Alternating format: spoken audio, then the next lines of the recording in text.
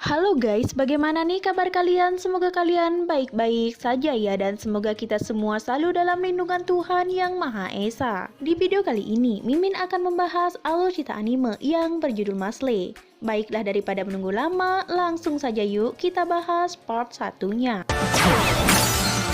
いや自衛のためと思って金の頼みを聞いてくれりゃてめえも Ini adalah dunia sihir, di mana semua orang bisa menggunakan sihir, baik itu tua, remaja, perempuan, dan laki-laki. Sihir adalah berkah pemberian dewa, dunia di mana penguasa bisa menentukan derajat seseorang. Tetapi di dalam hutan yang sangat dalam terdapat seorang pria kuat yang tidak bisa menggunakan sihir. Setiap harinya dia hanya melatih ototnya saja untuk menyeimbangi dunia yang fana ini. Di dalam hutan dia hanya tinggal dengan seorang kakek tua renta yang berusia 75 tahun. Dia bukanlah kakek kandung Mashle, tetapi dia adalah kakek angkat yang telah merawat Mashle dari kecil. Mashle ini adalah bocah kuat yang sembrono. Buka pintu bukannya didorong atau ditarik, malah pintunya yang dirusak. Ya, kalau sudah begini, jadi pintu ini harus diperbaiki. Tapi cara memperbaikinya hampir membuat rumah mereka roboh, dan pintunya malah jadi rusak parah. Kakeknya ini selalu mengontrol latihan ototnya si Mashle, tapi Mashle jadi bingung kenapa dia harus terus melatih ototnya. Ya, bukan tanpa sebab juga sih. Ini karena Mashle tak bisa menggunakan sihir. Nah, di sini kakeknya Mashle mau keluar sebentar. Dia minta ke Mashle untuk jaga rumah dan jangan keluar. とにかくわしは出ているがわしがいない間そうじゃな Tapi Mashle yang ceroboh ini malah ingin pergi ke kota untuk membeli kue sus kesukaannya. Semua orang di kota bisa menggunakan sihir. Ya, seperti biasa, Mashle nggak ambil pusing. Dia langsung ngantri nih ke tempat jual kue sus dengan uang koin yang sudah remuk-remuk. Si koki ini pun makin panik. Kok ada manusia seperti Mashle? Mashle juga memperbaiki koin penyok ini tanpa sihir dengan kekuatan ototnya. Tentu saja si koki makin terkejut. Ditambah lagi tudung kepala Mashle ini nggak sengaja ditiup angin dan terbongkarlah identitas Mashle, di mana dia tak mempunyai tanda di wajahnya. Karena menurut peraturan pemerintah, manusia yang tak memiliki tanda adalah manusia hina yang harus dilenyapkan. Tak punya tanda berarti manusia gagal yang tak memiliki sihir. Jadi si Mashle ini langsung saja dilaporkan ke kantor polisi untuk ditangkap. Sedangkan Mashle dia berlenggak-lenggok di jalanan pasar sambil makan kue sus. Tapi dia tak sengaja menabrak polisi mabuk yang membuat kue susnya jatuh.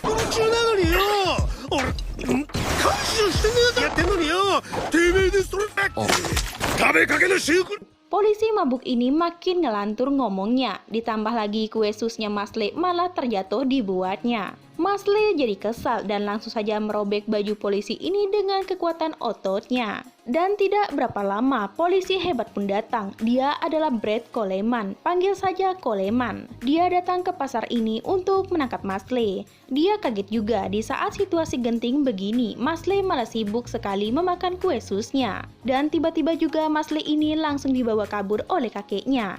Dia takut karena identitas Mashle sudah diketahui. Ya, walaupun Mashle dan kakeknya berhasil kabur, keberadaan mereka juga tetap akan diketahui oleh polisi hebat ini dengan sihirnya. Di sini kakek sangat kesal kepada Mashle.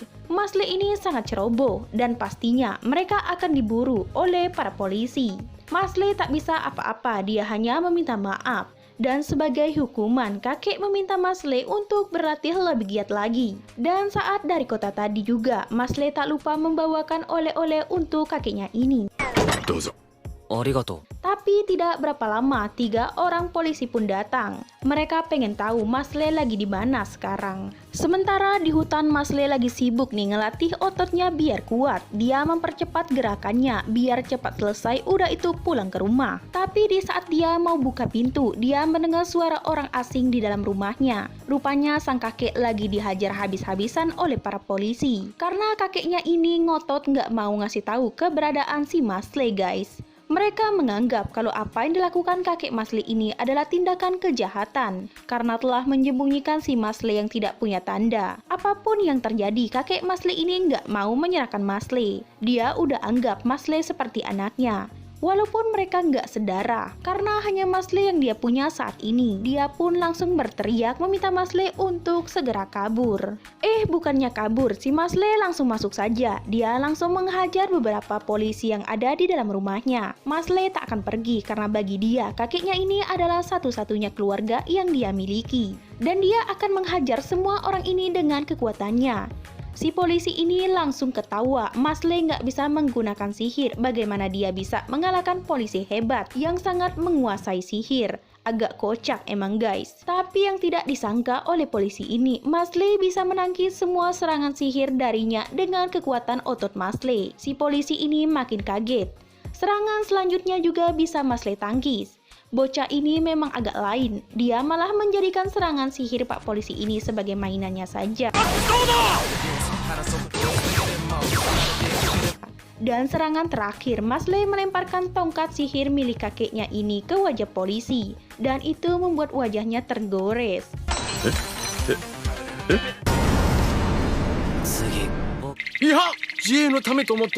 Coleman merasa ini sangat menarik dan dia ingin membuat kesepakatan dengan Masle. Jika Masle bisa masuk ke sekolah sihir dan menjadi visioner suci, maka dia tak akan mengganggu hidup Masle dan kakeknya lagi. Dan masyarakat juga pasti tidak akan keberatan dengan kehadiran orang-orang seperti Masle. Si polisi ini hanya menginginkan uang dan ketenaran dari keberhasilan ini. Ya, kalau si Masle dia pasti bisa hidup dengan tenang bersama sang kakek. Dan tanpa pikir panjang, si Masle langsung saja setuju. Walaupun sang kakek menentangnya, dia tak peduli. Karena dia benar-benar ingin hidup tenang bersama sang kakek itu saja. Di sini Masle akan masuk ke sekolah sihir Eston. Ujian masuk ke sekolah ini tentunya sangat sulit guys. Dimana juga banyak sekali orang-orang yang sudah hebat. Tapi Masle kan nggak punya sihir, apakah dia bisa? Kita lanjut saja. Dan ini adalah guru penyeleksi. Dia adalah Cloud Lucky. Dia merasa di sini banyak sekali keluarga bangsawan yang mendaftar.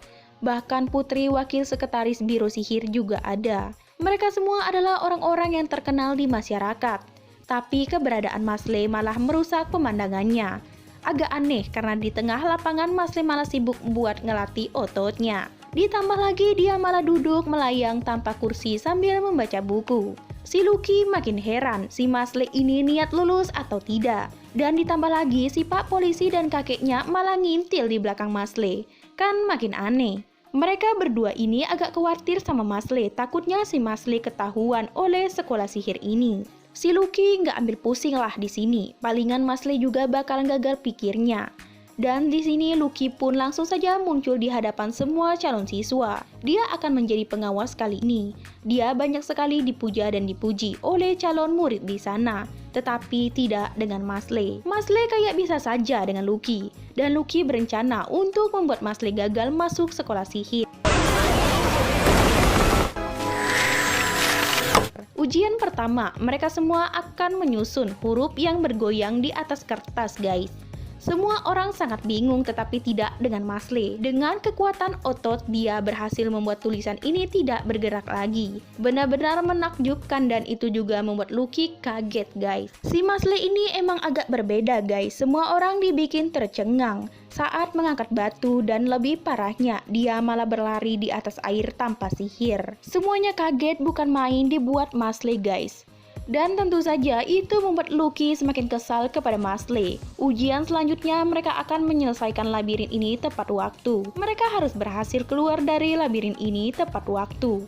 Kalau tidak, mereka akan gagal. Di sini Masle nggak sengaja bertemu dengan betina yang namanya Lemon. Dia ini mau mengajak Masle bekerja sama. Dia itu takut kalau jalan sendirian. Nah, betul saja, banyak sekali perangkap di sana dan Lemon selalu kena sialnya. Kalau nggak ada Masle, entah apa yang akan terjadi dengan Lemon. Di sini Masle ingin bergegas, tapi Lemon ini ternyata busuk. Dia menggunakan sihirnya untuk mengikat Masle. Tapi itu tidak berhasil guys, karena Masle menggunakan kekuatan ototnya untuk melepaskan jeratan sihirnya si Lemon. Tentu saja itu membuat Lemon kaget. Nah, si Masle ini langsung saja pergi guys, tapi si Lemon malah tidak bisa pergi. Dia harus menghadapi siluman raksasa ini. Dan dia juga malah ngajak si Lemon untuk main tebak-tebakan. Dia bilang seperti ini, 2 kaki saat siang dan 3 kaki saat malam. Kira-kira makhluk apakah itu? Pertanyaannya emang gak ngotak guys, jadi si Lemon gak bisa jawab. Lemon hampir saja mati di sini, tapi untung saja ada Masle yang menyelamatkannya, guys.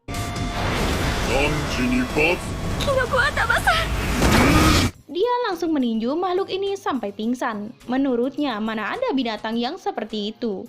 Masle ini baik, dia tidak tega meninggalkan Lemon. Dan agar mereka tidak telat sampai ke garis finish, si Masle pun menggunakan kekuatan ototnya untuk sampai ke depan. Labirin ini jadi pada bolong, guys, dan apa yang terjadi ini membuat kepala sekolah merasa kalau Masle ini adalah orang yang menarik. Semua orang di sana menganggap Masle curang. Mereka ingin Masle dipulangkan. Lemon ini jadi tidak tega. Dia langsung angkat suara. Dia bilang kalau Masle tidak bersalah. Ini semua karena dia. Dia diperintahkan Lucky untuk menghalangi Masle biar Masle gagal sampai ke garis finish. Dengan imbalan nantinya si Lemon akan bisa lolos masuk ke sekolah sihir bergengsi ini. Tapi si Lemon merasa bersalah sama Masle karena walaupun dia jahat, Masle masih mau menyelamatkannya, guys. Dan berawal dari sini juga si Lemon ini jadi jatuh cinta sama si Masle. Dan bukannya merasa bersalah, si Lucky malah merasa kalau dia ini udah benar. Ya namanya juga guru, mana mau disalahkan walaupun dia salah.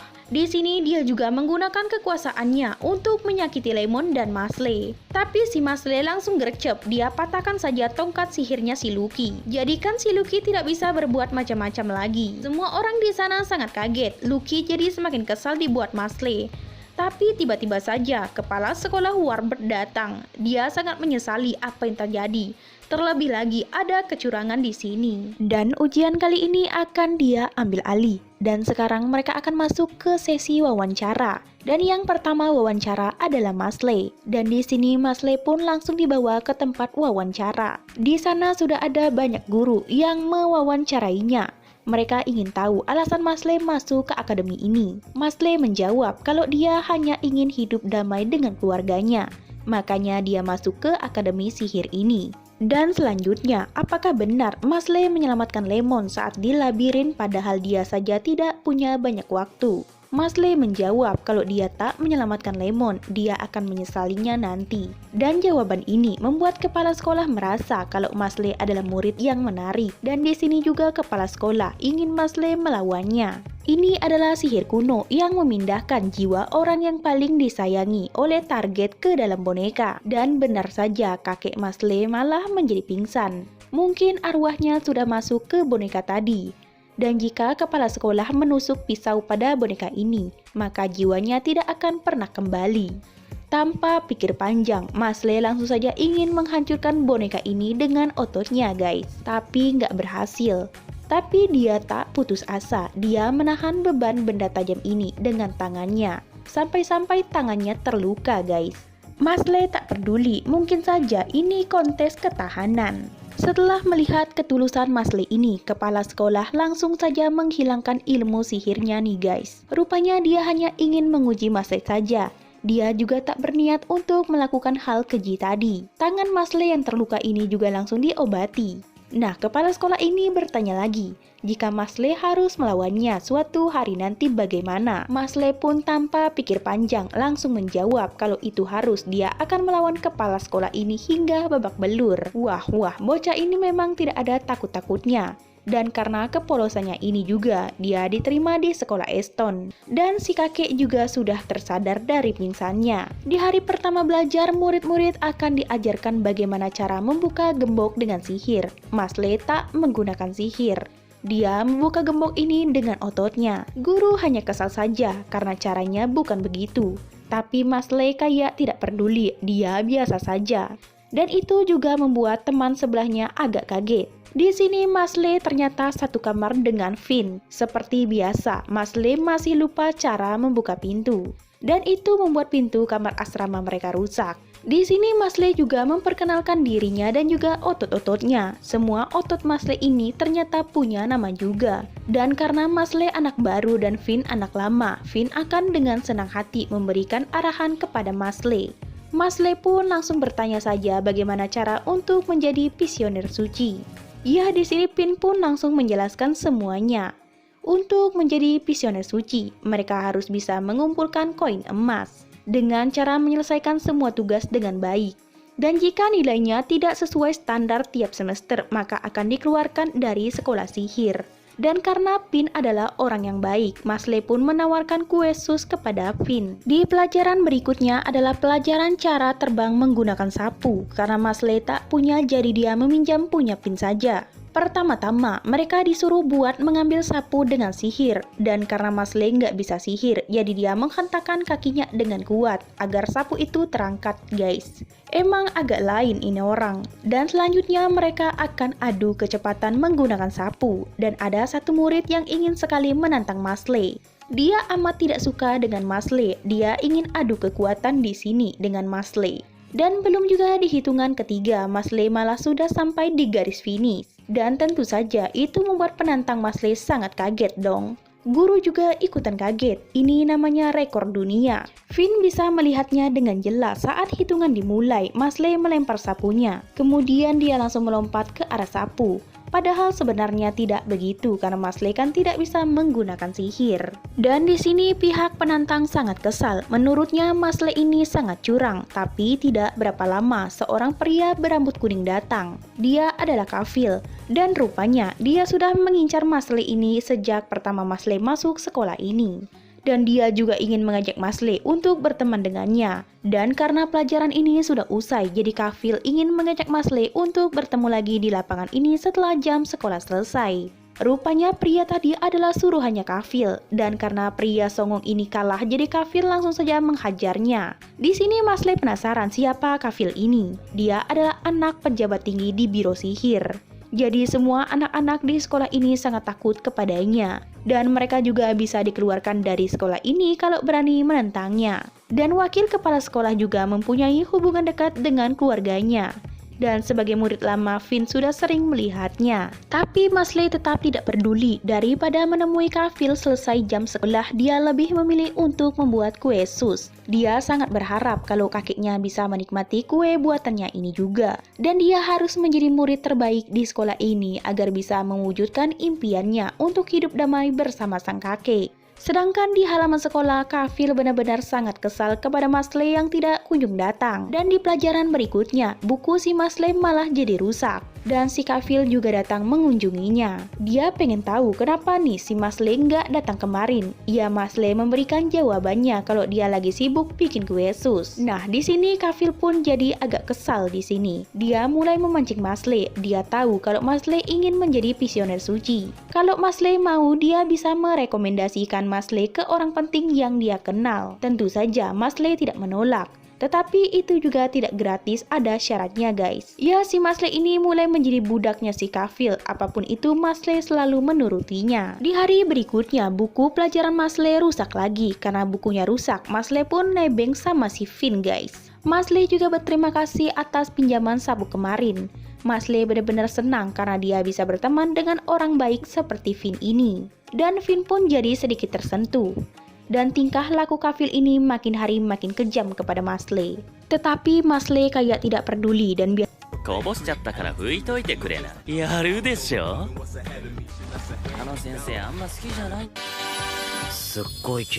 Dan di sini bukunya si Finn gak sengaja jatuh, jadi dia harus mengembalikan buku ini kepada Finn. Di tempat lain, Finn ini kayak lagi dirundung oleh Kafil dan teman-temannya. Ternyata selama ini buku Masle rusak karena ulahnya si Kafil. Finn juga tak bisa melakukan perintahnya si Kafil lagi. Dia sangat menyesal karena telah berbuat jahat kepada Masle. Tapi Kafil tak peduli. Dia langsung menganiaya Finn dengan sihirnya dan tak sengaja juga apa yang terjadi ini dilihat oleh Masle guys.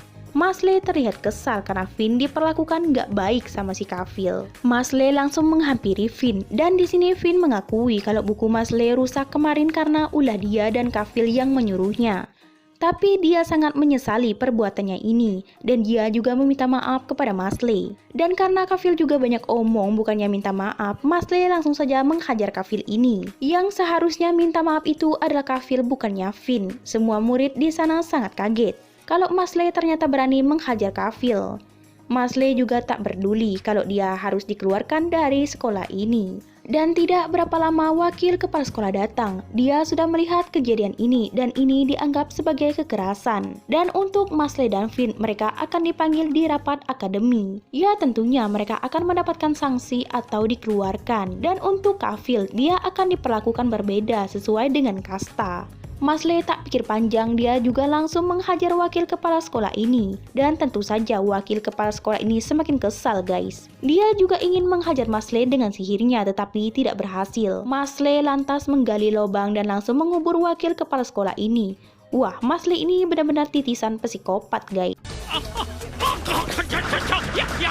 Dan karena kejadian ini, Masle langsung dipanggil kepala sekolah. Dan kepala sekolah juga mendapatkan surat dari Biro Sihir untuk mengeluarkan Masle. Biro Sihir adalah lembaga tertinggi di negara ini, yang menjadi inti dari mereka adalah Visioner Suci. Dan Masle juga pasti sudah tahu kalau Kafil adalah anak dari petinggi Biro Sihir.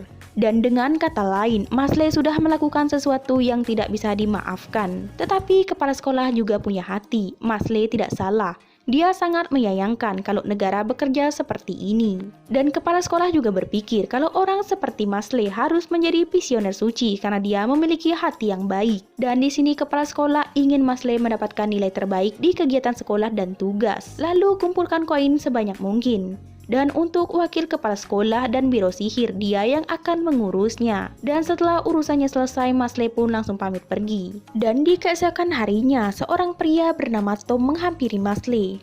Dia ingin mengajak Masle untuk ikut ke kompetisi menggunakan sapu terbang. Itu adalah olahraga terpopuler di sekolah sihir. Tom sangat menantikan bekerja sama dengan Masle di pertandingan besok. Dan keesokan harinya, lagi dan lagi Masle berkata jujur kalau dia tak bisa menerbangkan sapu. Tapi tetap saja Tom tak percaya. Mereka harus bisa mengalahkan lawan dan mengharumkan nama asrama mereka. Tim Masle sudah terbang semua, tetapi Masle masih saja tidak bergerak. Dia hanya ingin pulang menemui kakeknya saja. Nah teman-teman, itu tadi adalah part 1 dari anime yang berjudul Masle. Bagaimana nih menurut kalian alur-cerita anime ini? Komen di bawah ya. Dan sampai jumpa di part 2 berikutnya. Bye-bye.